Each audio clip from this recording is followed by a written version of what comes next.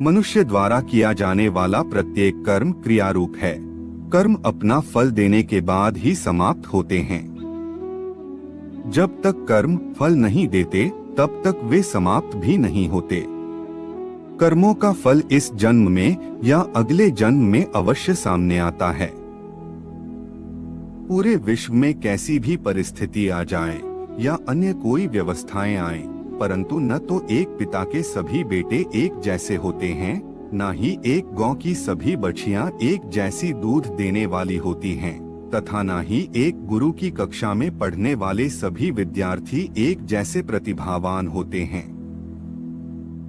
व्यक्तियों को एक जैसे धन, साधन, सामर्थ्य, सुविधाएं मिलने पर भी उनका एक समान व्यक्तित्व नहीं निखर पाता। एक जैसे मकान में रहकर भी सभी एक जैसा सुख नहीं भोग पाते हैं। एक ही पद पर बैठा हुआ एक आदमी तो सम्मान प्राप्त कर लेता है, लेकिन कोई दूसरा व्यक्ति उसी पद पर बैठकर वह स्थान प्राप्त नहीं कर पाता। क्योंकि बाहर से आप कुछ भी ठीक कर लें, जो व्यवस्था परमात्मा की है, जो कर्मों का संविधान है, वह अपना कार्य अवश्य करेगा। प्रायः माता पिता बच्चों के भाग्य को ऊंचा करने का प्रयास करते हैं। वे सोचते हैं कि हमने इनका भाग्य बना दिया। भाग्य लिखने वाला मनुष्य नहीं, विधाता है। जो वह लिखते हैं वह जीवन में जरूर सामने आता है। मनुष्य किसी का भाग्य निर्माण नहीं कर सकता। मनुष्य का स्वभाव है कि वह हमेशा ही दूसरों को दोष देता है, लेकिन जो भी दुख हम भोग रहे हैं वे हमारे ही कर्मों के परिणाम हैं। कुछ कर्म ऐसे भी होते हैं जो आपके खाते में जुड़ जाते हैं। कर्मों में जो अच्छे हैं वे अच्छा फल देंगे और जो बुरे हैं वे बुरा फल देंगे।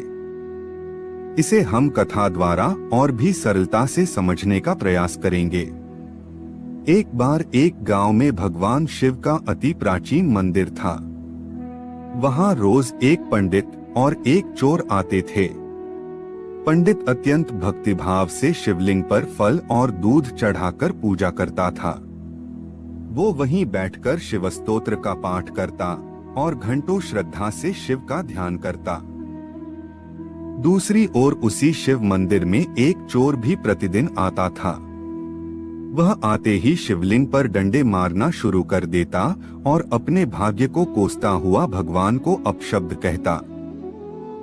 अपने भाग्य का सारा दोष वह भगवान शिव पर मढ़ता और उन्हें अन्यायी व पक्षपाती ठहराता।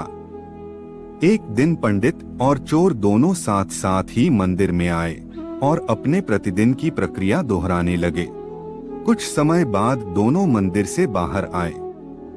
तभी चोर को द्वार के बाहर आने पर सोने के सिक्कों से भरी एक थैली मिली। उसी समय पंडित के पैर में लोहे की कील से गहरा घाव हो गया। सिक्के मिलने से चोर को अत्यंत प्रसन्नता हुई, परंतु पैर में गहरा घाव होने के कारण पंडित बड़ा दुखी हुआ और रोने लगा। तभी भगवान शिव वहां प्रकट हुए और पंडित से बोले, पंडित जी, आज के दिन आपके भाग्य में एक बहुत बड़ी घटना आपके साथ घटित होने वाली थी, किंतु मेरी पूजा करके अपने सत्कर्म से उस घटना को आपने केवल एक गहरे घाव में बदल दिया। और अगर इस चोर के बारे में बात करें तो आज के दिन इसे राजा बनकर राज सिंहासन पर बैठना था, किंतु इसके कर्मों ने इसे केवल स्वर्ण मुद्रा का ही अधिकारी बनाया। यह सब इस चोर के दुष्कर्म और आपके सत्कर्मों से ही संभव हो पाया। वस्तुतः अपना भाग्य निर्माता मनुष्य स्वयं ही होता है। यदि वह अच्छे कर्म करेगा तो सुपरिणाम के रूप में अच्छा भाग्य पाएगा, और अगर वह दुष्कर्म करेगा तो फलस्वरूप वह दुर्भाग्य का पात्र बनेगा।